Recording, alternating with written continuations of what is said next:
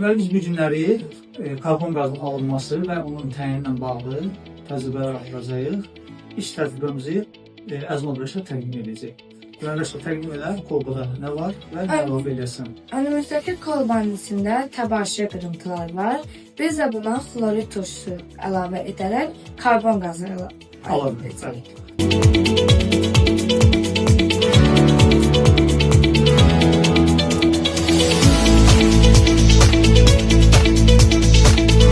Önümüzdəki kolbanın içində karbon qazı toplanıb. Karbon qazı alovu söndürdüyünə görə biz də əlimizdəki kibritlə bunu yoxlayacağıq.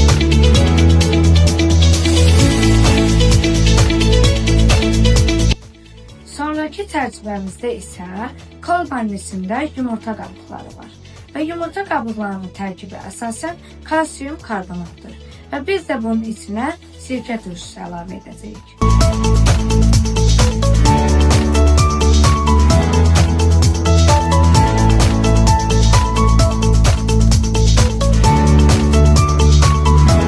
Apardığımız reaksiya tənlikləri lövhədə əks olunur. Önümüzdəki kolbanın içində karbon qazı toplandığı üçün əlimizdəki kibritlə bunu yenə yoxlayacağıq.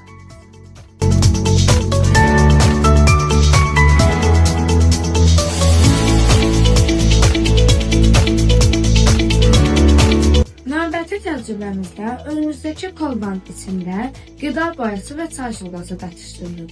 Biz də bunun içinə xlorid turşusu tökərək sanki süni vulkan əldə edəcəyik. Sonuncu təcrübəmizdə biz karbon qazının təyinini edəcəyik. Önümüzdəki kolbanın içində şəffaf əhəng suyu var. Və biz də pipet vasitəsilə həm də nəfəsimizdəki karbonla onu müşahidə edəcəyik.